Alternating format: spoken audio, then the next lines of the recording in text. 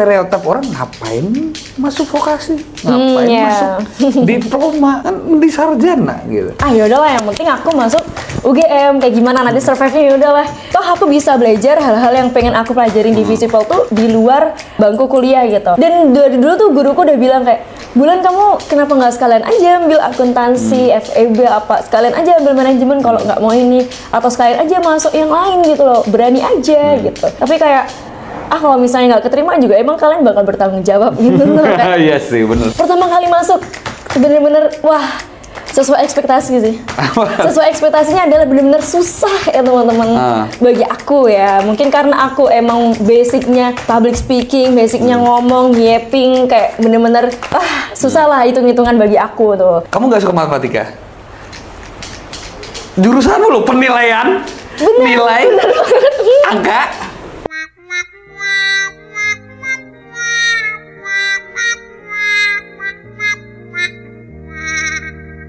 Selamat datang di Bedah Jurusan. Jadi hari ini kita akan membahas jurusan yang kayaknya ini ya salah satu jurusan yang satu-satunya di Indonesia. Dan nggak tahu kenapa ada orang yang masuk di jurusan ini. Nah, kita masuk ya. Jadi sebenarnya bulan ini, namanya bulan itu intern. Daripada kita nggak ada talent, ini kita nyari anak intern gitu. Jadi salah satu hal yang akan kita berdayakan dari anak-anak intern itu adalah masuk di podcast Bedah Jurusan, dan itu wajib. Tepuk tangan dulu dong. Weh, intern kenapa terpaksa kalian? Karena abis ini mereka kak, jadi mereka terpaksa. Oh gitu ya, oke. Ya kita lihat lagi ya. Tapi ini menarik, kebetulan jurusannya adalah jurusan manajemen dan penilaian properti. Betul. Itu jurusan apa? Jurusan apa? Apanya nih maksudnya? Itu apa yang dinilai? Properti. Seperti namanya. Tahu sih. Dan properti itu bukan tanah dan bangunan aja loh, Mas. Apa tuh? Definisi properti deh. Definisi properti, wah baru aja kemarin ujian ya teman-teman. Jadi properti ini nggak cuma tanah, bangunan, tapi juga kemarin aku habis dapet tugas UTS juga. Aku nilai mobil, aku nilai motor, terus penilaian juga aku baru aja nilai apartemen Taman Melati. Aku survei juga ke seluruh penjuru Jogja, ke Bantul, panas-panas buat nyari berbagai tanah, bangunan, ruko, semuanya itu aku nilai. Jadi properti itu nggak cuma itu aja.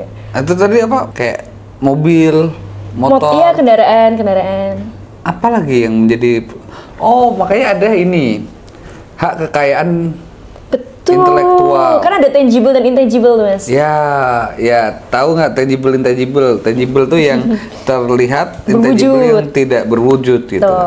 Itu intangible asset juga termasuk di situ. Betul, termasuk. Misalnya franchise atau nama brand, valuasi brand gitu juga ya. Betul. Oke. Ini baru pertama kali aku mendengar ini sih. Maksudnya ada temanku juga yang manajemen dan penilaian properti juga. Cuma apa yang dinilai? Nah, akhirnya kenapa jurusan ini ada gitu? Dan cuma satu nih kan, ngapain diadakan gitu? Jadi sebenarnya di UGM itu emang baru aja vokasinya benar-benar dikelola dan dimajukan banget ya, bahkan menjadi fakultas sendiri, dan mungkin fakultas yang isinya banyak banget mahasiswanya di UGM. Dan salah satunya itu ada di Departemen Ekonomika dan Bisnis. Buat teman-teman mungkin tahu ya DEB atau mungkin jurusan-jurusannya lain di SV UGM. Nah, salah satu prodinya adalah MPP atau Manajemen dan Penilaian Properti. Jadi itu di bawah naungan FEB atau vokasi? Nah, dahulu kala itu di bawah naungan FEB. Cuman FEB kan ada 3 prodi nih, akuntansi, ekonomi, sama IE, ilmu ekonomi. Nah, karena UGM ini pengen ada penjurusan yang lebih spesifik, lebih keterapannya, makanya UGM mecah dari yang awalnya itu diplomanya di FEB, jadi vokasi di DEB, punya departemen sendiri. Jadi kamu kalau fakultas ditanyain vokasi? Betul. Tapi departemen ekonomi dan bisnis. Itu ada apa aja itu di situ? Ada MPP. Kayak aku, MPP, manajemen dan penilaian properti, ada ASP atau akuntansi sektor publik. Jadi lebih terapan lagi dari akuntansi. Terus ada perbankan, fokus di banking. Terus ada yang terakhir pembangunan ekonomi kewilayahan. Nah, itu kan terapan ya. Dan kamu lulus gelarnya STRE. STRE Sarjana Terapan Ekonomi. Tuh. Nah, ini tuh baru beberapa tahun aja ini UGM itu jadi S1 Terapan ya. Sebelumnya ada tuh yang masuk D3 lulusnya S1 Terapan gitu. Tapi dulunya juga tuh ini kan D3 kan. Betul. Ya kan? Nah, akhirnya gini, sebelum kita masuk ke yang tadi jurusanmu, kan stereotip orang ngapain masuk vokasi, ngapain masuk diploma, kan di sarjana gitu. Tuh. Nah itu kalau kamu kenapa? Banyak sih emang stigma yang bilang kayak, ih sayang banget deh Bulan kenapa malah masuk ke vokasi, nanti harus kuliah lagi nggak sih gitu, nggak bisa dong langsung S2 gitu. Terus nanti apa gelarnya, emang sama ya? Oh berarti kamu tahun depan udah lulus dong, 3 tahun doang gitu. Nah sebenarnya ini masih stigma yang menjadi apa ya, perangko lah ya, lekat banget itu sama anak-anak mahasiswa sekolah vokasi. Tapi teman-teman di Universitas Gadjah Mada, aku kurang tahu juga kalau misalnya di universitas lain, tapi setauku juga udah mulai ditegakkan ya regulasinya bahwasannya vokasi itu nggak cuman berhenti di D3 aja, ada juga yang D4. Nah D4 ini setara sama S1, justru lebih terapan lagi. Jadi lebih spesifik banget lah. Mungkin kalau misalnya in this economy ya, teman-teman merasa susah banget nih cari kerja, jurusan ini lulusannya banyak, jurusan B lulusannya banyak gitu. Cobalah masuk vokasi teman-teman, karena kalian akan memiliki value yang beda banget gitu. Karena di tempat aku ya Mas, itu project based learning. Jadi 60% praktek kita gitu. Kamu iya itu bedanya itu ya, vokasi sama sarjana yang S1 biasa reguler itu ya tadi di 60% kalau di kamu 60% praktek, 40% teori kan. Betul. Nah, kalau ini kebalikannya, kalau di S1 itu 60%-nya dia teori, 40%-nya praktek. Atau malah lebih kecil lagi, kadang prakteknya lebih kecil gitu kan. Nah, oke, lanjut lagi ya. Masalah jurusan ini balik lagi ke zaman dulu kan, kamu pasti sebelum masuk di UGM gitu, di jurusan ini kan kamu pasti ada banyak option tuh. Kamu pengen masuk option apa aja tuh? Aduh, kalau sejujurnya ya mungkin juga banyak teman-teman aku yang udah tahu background aku sebenarnya anak yang suka banget sama hal-hal yang berkaitan dengan internasionalisasi lah ya. Dan bahkan mungkin di track record aku nggak ada tuh ekonomiannya lah gitu. Aku malah ngurusin sosmed dan lain sebagainya, konten gitu. Cuman pada saat aku di SMA, kebetulan aku juga masuknya tuh di boarding school di Jogja juga. Jadi mungkin pada saat itu aku merasa cukup minder ya, jujur aja nih. Karena wah saingannya Teladan, Padma, Delayota kayaknya nggak bakal bisa bersaing gitu loh sekolahnya tuh buat dapetin UGM. Dan pada saat itu emang pesen dari orang tua pengennya di UGM, udah sekalian di Jogja dan sekalian merantau di sana, kenapa nggak sekalian masuk UGM, kan udah bagus gitu. Soalnya dulu emang antara UI, UGM, ITB mungkin ya, kalau ITB kan teknologi teknik kayak gitu itu kan kurang minat ya. Terus emang kalau di UI orang tua nggak ngizinin nih dengan lingkungan lifestyle di sana gitu. Kalau di Jogja kan kota pelajar, lebih tenang gitu kan, lebih diridoi. Jadi dulu emang ambis di UGM. Dan riset kayaknya yang paling possible karena ada alumni yang udah lulus di situ. Terus rasanya kayaknya adalah ambil ini aja. Padahal sebenarnya pengennya sih ya HI, Ilkom kayak gitu, yang festival lah. Tapi kamu pernah masukin yang lain nggak? Kayak jurusan lain? Nah, inilah ya teman-teman, pesan juga buat teman-teman, jangan takut sebelum mencoba, lebih baik menyesal sudah mencoba daripada belum sama sekali. Karena pada saat itu aku ikut SNBP, SNMPTN itu aku pilih cuma satu doang. Apa ini? MPP doang. Aku nggak masuk, aku pede banget tuh, aku nggak masukin pilihan kedua, nggak milih yang lainnya, nggak daftar swasta, nggak daftar apa-apa. Dan ternyata keterima. Dan dari dulu tuh guruku udah bilang kayak, Bulan kamu kenapa nggak sekalian aja ambil akuntansi, FEB apa, sekalian aja ambil manajemen kalau nggak mau ini, atau sekalian aja masuk yang lain gitu loh, berani aja gitu. Tapi kayak kalau misalnya nggak keterima juga emang kalian bakal bertanggung jawab gitu loh kan. Iya sih, bener sih. Ya udahlah, realistis aja. Gak tahu gimana nanti cara survive-nya, tapi yang penting masuk dulu. Tapi rata-rata nilai berapa? Tuh. Rata-rata nilai alhamdulillah bagus, saya 90 sekian. Gede, 90 gede. Gede ya, karena di sekolah aku emang agak di press gitu nilainya. Harus dulu bagus. ranking 2 lah paralel. Aku baru tahu loh kamu ranking 2 tuh. Wah, sepintar itu sih ya. Emang pinter ya? Ngeri banget ya. Oke, ranking 2 tuh. Terus sertifikat gitu. Oke. Ada. Dari dulu emang sering banget diikutin lomba sama guru karena ya mungkin nilai mampu ya. Dulu ikut lomba APBN dari Kemenkeu. Dulu aku juga aktif ikut lomba debat bahasa Inggris dan abisnya juga pernah juara. Jadi sertif itu aku kumpulin, aku jadiin sebagai bekal buat aku daftar SNBP. Yang kamu masukin sertifikat apa? Sertifikat lomba debat bahasa Inggris, sertifikat lomba ekonomi itu tadi. Itu harus menang nggak kayak gitu tuh? Harus menang. Itu yang ini di level apa? Levelnya ada yang nasional, ada yang seprovinsi aja, ada yang sekota juga. Jadi kalau aku cuma jadi sertifikat peserta seminar nggak bisa ya? Nggak bisa dong, apalagi seminarnya kakak sendiri yang ngisi. Oke, lanjut lagi ke yang MPP tadi, manajemen dan penilaian properti. Oke, pertama kali masuk, apa yang kamu pelajarin di situ? Pertama kali masuk, bener-bener wah. Sesuai ekspektasi sih. Sesuai ekspektasinya adalah benar-benar susah ya teman-teman. Bagi aku ya, mungkin karena aku emang basicnya public speaking, basicnya ngomong, yapping, kayak bener-bener susah lah hitung-hitungan bagi aku tuh. Dulu aku juga ranking 2 itu karena aku selemah itu sama matematika dan aku nggak ada niatan untuk berusaha mencintai itu gitu. Karena harusnya kan, bisa nomor 1 nih. Harusnya sih bisa ya kalau misalnya mau berusaha untuk lebih giat gitu. Cuman karena emang nggak suka angka ya teman-teman, pasti ada yang pernah ngerasain lah ya, gak suka banget. Bisa sih, cuman kayak mending yang lain deh. Oke, ini kan agak ini ya, agak rancu. Kamu bilang kamu gak suka matematika. Jurusanmu loh penilaian, nilai, angka. Iya, sampai mama aku tuh nanya kayak, ini beneran mau milih itu? Terus aku kayak, ya insya Allah gitu. Wah lah ya, kalau misalnya kamu mau challenge dirimu sendiri ya nggak apa-apa. Tapi kalau misalnya kamu mau mempertahankan mimpimu ya nggak apa-apa. Terus aku dulunya mikirnya kayak gini, yaudahlah yang penting aku masuk UGM, kayak gimana nanti survive-nya yaudahlah. Aku bisa belajar hal-hal yang pengen aku pelajarin di Visipol tuh di luar bangku kuliah gitu. Aku bisa ikut MUN, aku bisa ikut ASEAN Society, bahkan semua kegiatanku tuh juga bareng anak-anak Visipol, karena aku ikut komunitas, organisasi yang emang berkecimpung di situ.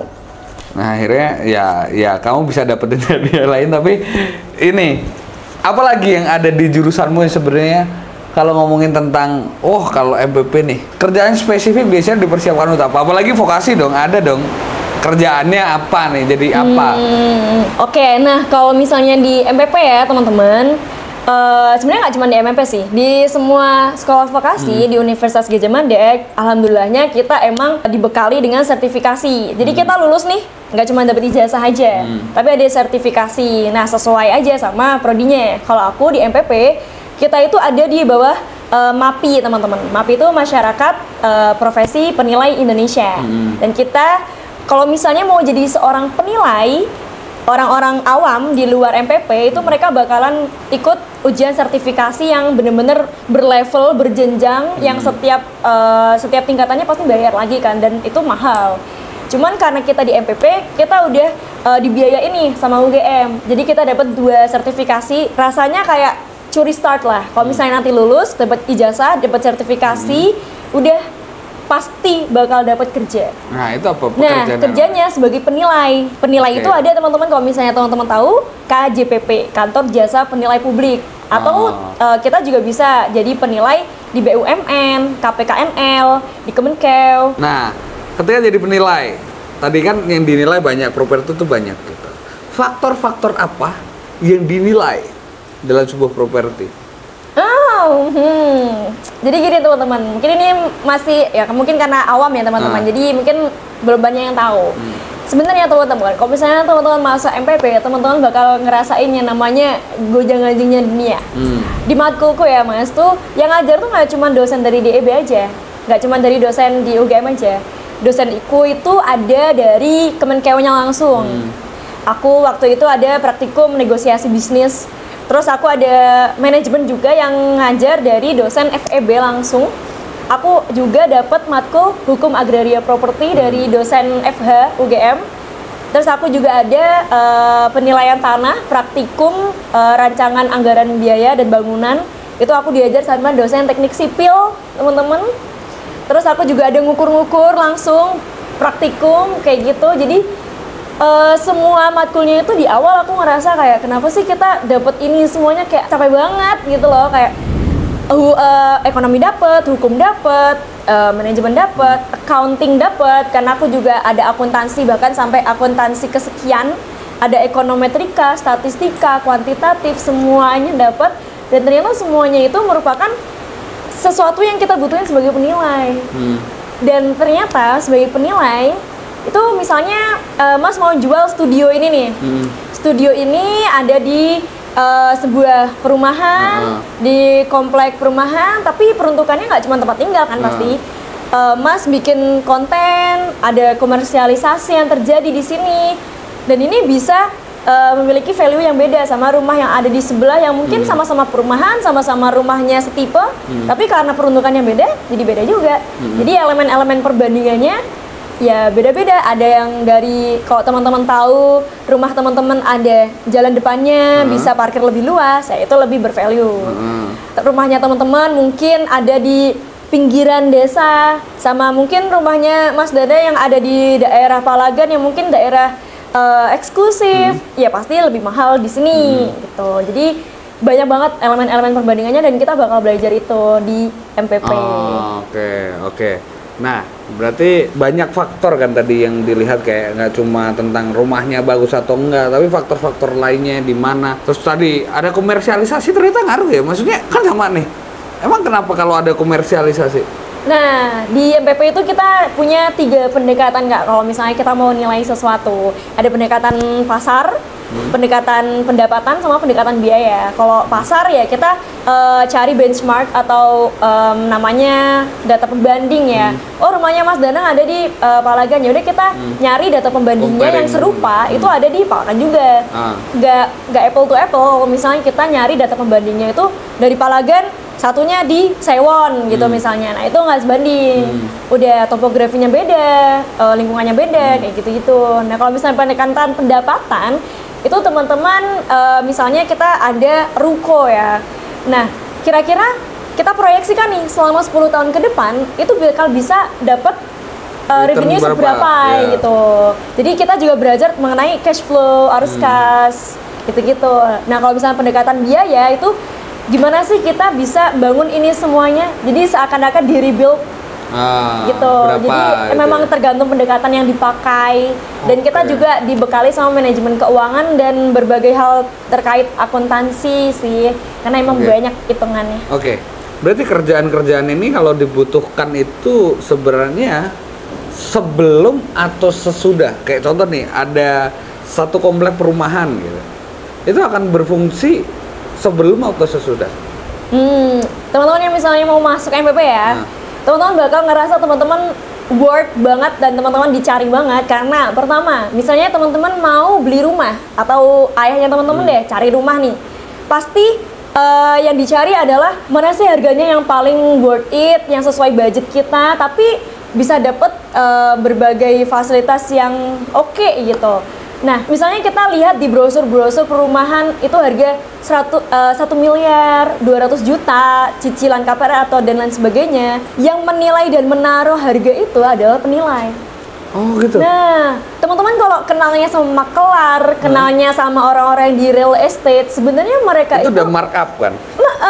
Sebenarnya mereka itu menggunakan jasa kita. Misalnya ayah teman-teman mau pindah keluar kota, teman-teman mau jual rumah, teman-teman bakal manggil penilai untuk menilai rumah teman-teman. Berapa nih gitu? Kalau misalnya aku jual studio ini berapa ya? Gitu. Kan kita nggak bisa semena-mena ngasih harga ya Mas ya. Takutnya kemurahan kan? Oke, ini menarik ya. Ya, tadi butuh jasa penilai. Sekarang gini, kamu bilang indeks ekonomi, aku juga ngomong indeks ekonomi. Sudah keluar iPhone 17 Pro. Sedangkan HP yang selama buat produksi ini adalah iPhone 16 Pro 1 Tera. Oke. Aku perlu ngomong kayak aku belinya berapa gitu-gitu nggak? Kayak ini contoh nih. Bisa. Oke. Aku beli ini harga 32 juta. Oke. Aku belinya di Jerman, ada bea cukai buat masuk lagi 7 juta. Oke. 39 juta. Kira-kira dalam belum ada 1 tahun, aku 10 bulan pakai, kira-kira taksir aja. Ini nggak menggunakan ilmu nggak apa-apa, ini bodohnya aja. Berapa? Sebenarnya kalau dikira-kira ya, kalau misalnya pakai logika, ini Mas beli tahun 2024 bulan Desember. Nah, 2024 akhir berarti ya? Akhir, berarti Oke. ya 11 bulan, 10 bulan lah. Nah, ini disclaimer ya teman-teman, karena sekarang tidak ada worksheet dan tidak ada device, jadi ini mungkin sependek pengetahuan ya. Ini nggak ada korelasi ujian juga nggak ada. Ini contoh. Tapi kita di MPP juga menilai ini apa ya namanya ini aset ya, aset milik pribadi kayak gitu-gitu juga. Berhubung iPhone 16 Pro itu masih terhitung baru dan Mas juga belinya baru aja dan belum ada setahun dari hari ini. Dan di angka 132 ditambah bea cukai berarti 139. Ya mungkin pada saat itu iPhone 16 belum ada, belum dibolehkan ya buat masuk ke Indonesia. Ya, makanya Mas belinya di luar negeri. Nah, kalau di sekarang hal yang bisa anak MPP lakukan adalah biasanya kita akan mencari data bandingnya nih, kisaran harga pasarnya seberapa sih kalau misalnya per hari ini. Biasanya kita bisa cari tuh. Ada harga second ya, aku kasih. Kamu butuh data? Second? Enggak, komparasi kalau mau jual kan otomatis jadi second kan? Oh iya. Komparasi orang kalau jualan tuh di 29 1 Tera. Oke. Kira-kira harganya jadi berapa? Oke, karena Mas Danang ini beli sendiri atas namanya Mas Danang sendiri, itu masih bisa di atas harga pasar, Pak. Di atas harga pasar. Hei, toko HP dengerin, tahu nggak? Ini penilai properti dari toko HP, kita nggak usah sebutkan merek. Kita harus download aplikasi segala macam. Tebak berapa? Berapa tuh, Mas? Tebak aja. Pasti dikasihnya rendah banget ya? Berapa coba? 25? Deal deh kalau 25. Contohnya deal ya. Oh ya, deal. Deal. 25 itu masih bagus. Ada satu toko itu dia nawar 22. Ada satu toko lagi yang kita harus download aplikasi segala macam 14 juta. Itu scam sih, Mas. Itu scam. Karena ya teman-teman, kepemilikan itu juga punya faktornya sendiri, dia juga punya value. Dengerin. Gitu. Dari satu HP bisa ngasih value berapa tuh? Teman-teman yang suka beli HP iPhone Inter yang nggak bisa dipakein sinyal itu ya, nggak bisa dipakein SIM card, itu kenapa lebih murah? Karena itu antah berantah teman-teman. Bahkan lebih mahal kalau misalnya teman-teman langsung beli dari misal Mas Dana atau temennya teman-teman gitu. Makanya aku tuh nggak pernah jual barang sebenarnya. Ya itu tadi kamu bilang ada intangible value tadi ya value yang nggak kelihatan gitu. Nah, dijual juga rugi 14 juta mau apa gitu. Nah, itu sama tokonya bakal dijual 2 kali lipat. Oh, bisa, jelas. Gitu. Ya tolonglah kalau nyari untung tuh ya sewajarnya aja lah gitu. Ya tapi gitu. Balik lagi ke sini gitu. Lingkungan kalau di vokasi di jurusanmu itu kayak gimana? Apakah jadi kayak anak-anak vokasi pada umumnya ataukah malah jadi mirip-mirip kayak anak FEB? Pada umumnya nih pada gimana nih, Mas? Beda juga ya. Aku setauku kayak teman-temanku yang vokasi tuh ya anak-anak yang teknikal banget lah, teknis gitu-gitu. Nah, lebih kayak gitu atau mainnya lebih sama anak-anak vokasinya sendiri atau malah sama anak-anak sosum?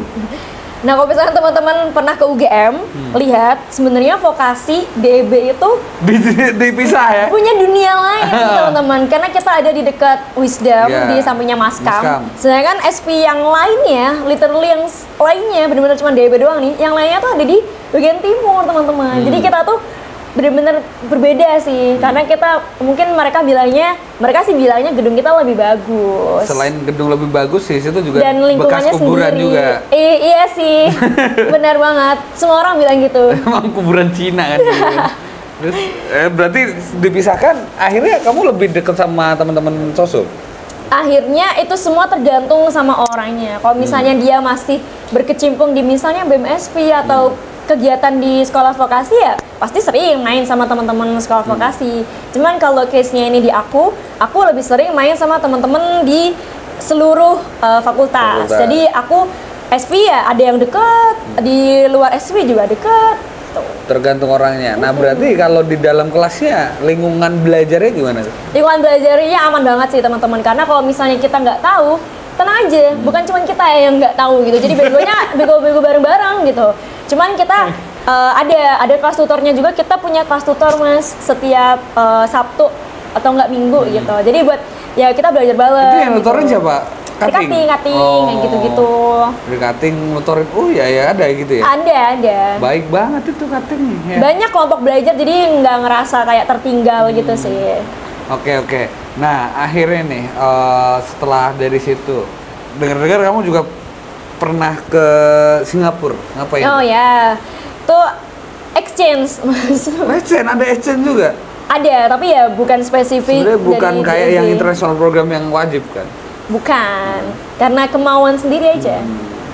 Jadi exchange. Dan apa yang bisa kamu compare tuh? Kayak belajar di UGM, di Indo, sama belajar di sana? Alhamdulillahnya aku dapat kesempatan itu waktu aku masih semester 2, benar-benar masih muda banget kan ya. Dan itu aku juga sempat meninggalkan departemenku untuk 1 bulan lamanya untuk belajar. Dan di situ aku ngerasa apa yang aku benar-benar bertekad gitu ya. Dulu kan aku pengen banget nih buat tetap bisa research, tetap bisa public speaking, tetap bisa speech, tetap bisa debate in English gitu.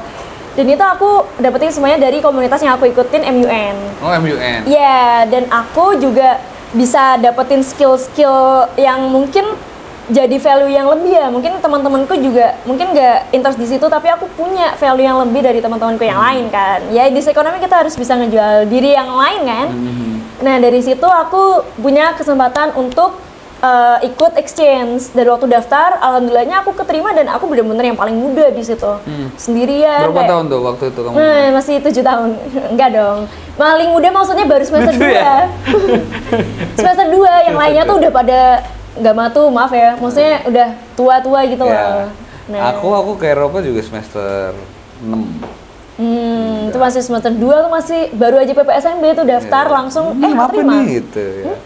Dan akhirnya kesimpulan apa di sini? Sebelum kesimpulan deh, mata kuliah yang paling kamu benci, nggak benci, paling pusing. Paling benci semua sih kalau benci.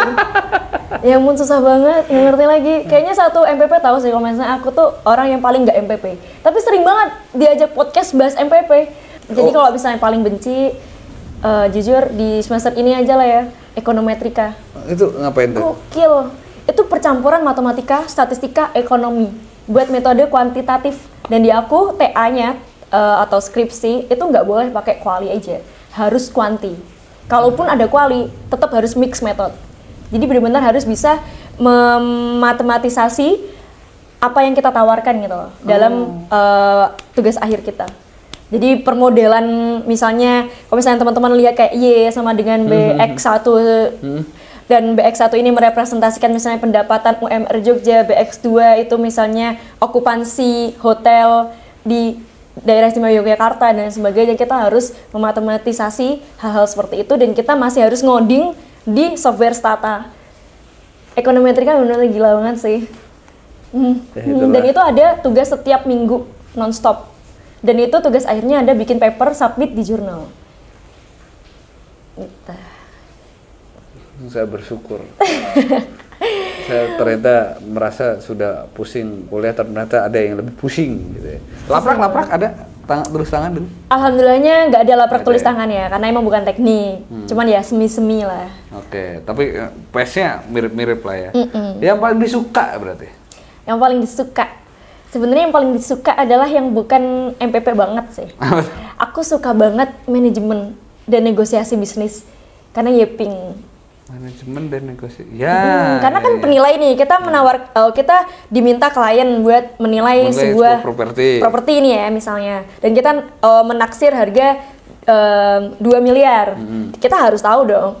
Dan kita harus bisa mempresentasikan dan meyakinkan klien kita kalau misalnya 2M itu value yang udah paten yang terbaik yang kita bisa tawarkan gitu. Dengan penilaian kita highest and best use dan lain sebagainya, kita harus bisa mendetailkan dari mana sih dapat 2M. Kan nggak mau ya, misal kalian jadi klien tiba-tiba 2M kok rendah banget, ini mah gue nggak untung. Oke, berarti di sini klien tuh yang jual, yang punya kan? Yang punya.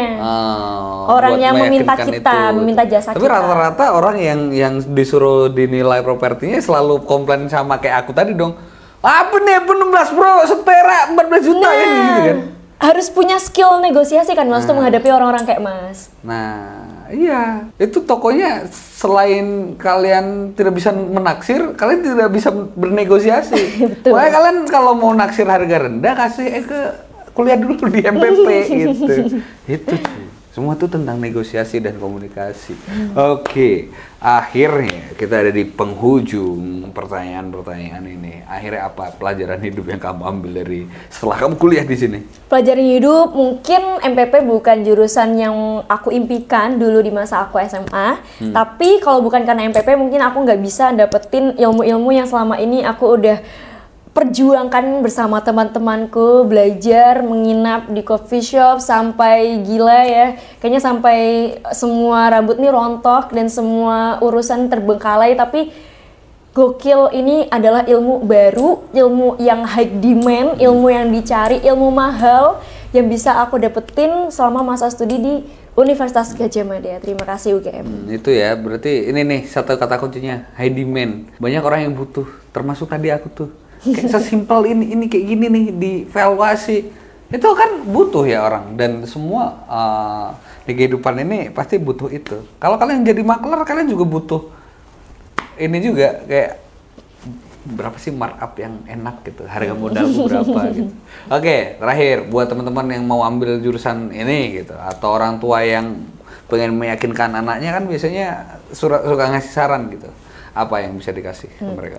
Mungkin ke orang tua dulu ya, Bapak Ibu. Mungkin banyak banget stigma yang mungkin masih di kalangan generasi Bapak Ibu sekalian, memikirkan, mengkhawatirkan vokasi, gak jadi sarjana, nanti kuliah lagi, gak dicari, dipandang sebelah mata. Sekarang dunia sudah berbeda jauh Ibu. Kalau misalnya kita jadi generalis, kita cuma punya ilmu yang mungkin banyak banget orang yang udah lulus di jurusan tersebut. Tapi seandainya kita punya sesuatu yang lebih rinci, lebih spesifik, mungkin itu bisa jadi suatu hal yang menambah nilai kita di masa depan. Karena per hari ini aja susah banget nyari kerja ya Bapak Ibu, apalagi masa depan gitu. Dan buat adik-adik sekalian, gak usah ragu kalau misalnya mau ambil jurusan di vokasi, terlebih di MPP. Bahkan anak MPP juga ada kok yang ikut COC. Anak MPP juga ada kok yang jadi mapres, anak MPP juga ada yang ISMA, anak MPP juga ada yang keluar negeri kayak aku, anak MPP juga bisa intern di Mas Danang kayak aku. Bisa apa aja sebenarnya, jangan ragu. Oke, terakhir, kalau bisa mengulang waktu, kan kamu ada banyak pilihan tuh jurusan, tetap ambil jurusan ini nggak? Kalau misalnya bisa mengulang waktu, aku bakal tetap ngambil jurusan ini, walaupun mungkin bukan impian terbesarku, tapi kalau misalnya bukan karena MPP, aku nggak bakal bisa dapetin semua experience dan semua knowledge yang udah diajarin dari dosen-dosen yang keren-keren banget dari UGM dan dosen praktisi. Bos, close dulu dong, bulan. Oke, kalau gitu, kalau mau tanya-tanya tentang jurusan ini, bisa kemana? Seperti biasa kita kasih kerjaan ke editor.